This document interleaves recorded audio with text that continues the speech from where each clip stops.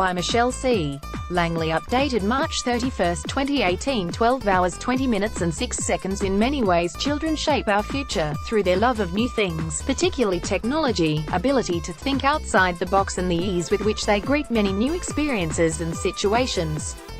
Now scientists are considering the importance of children in shaping not only the development of our complex cultures, but our evolution as a species. To explore the possibilities, psychologists, primatologists, anthropologists, and archaeologists alike are studying how children learn, how they interpret and influence the world around them, and how long ago such behavior may have begun.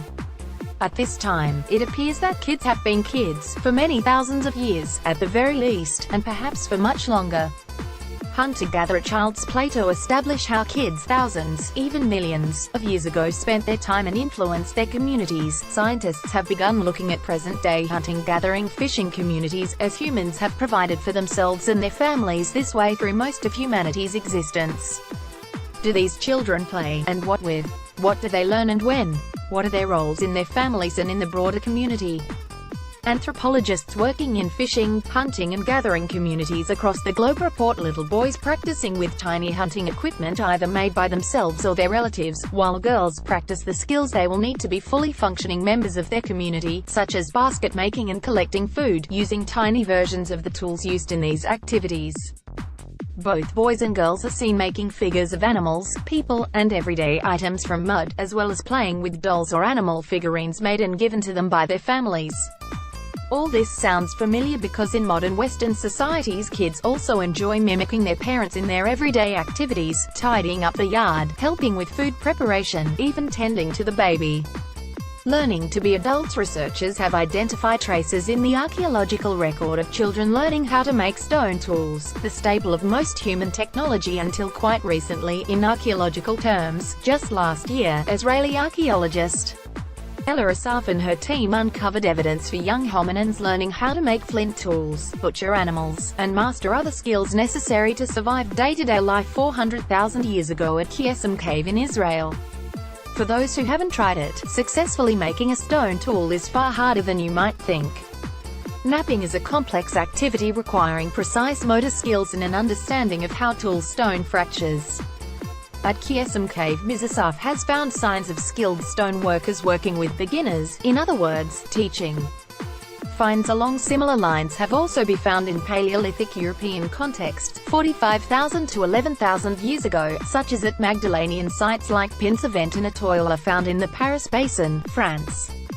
Here, researchers were able to study the distribution of stone artifacts across their sites to ascertain that student flint knappers were practicing in locations were away from the central activity areas, such as where cooking was being undertaken, by looking carefully at small engravings on bone and antler in other French Magdalenian 21,000 to 14,000 years ago sites. Researchers have been able to suggest the presence of children learning how to create the artwork which has made this period famous. Think of the Lasso rock art paintings, the search for prehistoric playthings. While we have been steadily finding more and more evidence for how children learnt the necessary skills for adult life, those items which we most strongly associate with childhood, toys, are only just beginning to surface. New research into what children might have been playing with in the deep past suggests that archaeologists should be finding tiny copies of the everyday tools their parents were using, such as weapons, the domestic utensils, baskets. They should also be finding clay figurines and dolls made from the raw materials most common to their environment. The challenge at the moment is determining which tiny items were children's toys and which were votives used in adult ritual practices, for miniature artifacts could be either, or even both. Fortunately, archaeologists have a number of avenues to tease out which is which. For example, we're currently looking at whether the wear, damage, polish, residues children's figurines accrue during play might be distinctive enough to allow prehistoric examples to be positively identified. Small carvings in small graves. There is also evidence that gives us glimpses into the role children may have had within their communities. Most enigmatic is child-sized footprints in the clay and sand floors of caves decorated with paintings and engravings during the Paleolithic.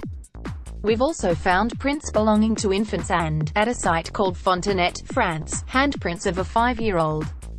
hand stencils belonging to children also noted at sites including Altamira, Spain, Cosca, France, and at Garges, France, where a baby's hand was apparently held by an adult while colorant was blown over the both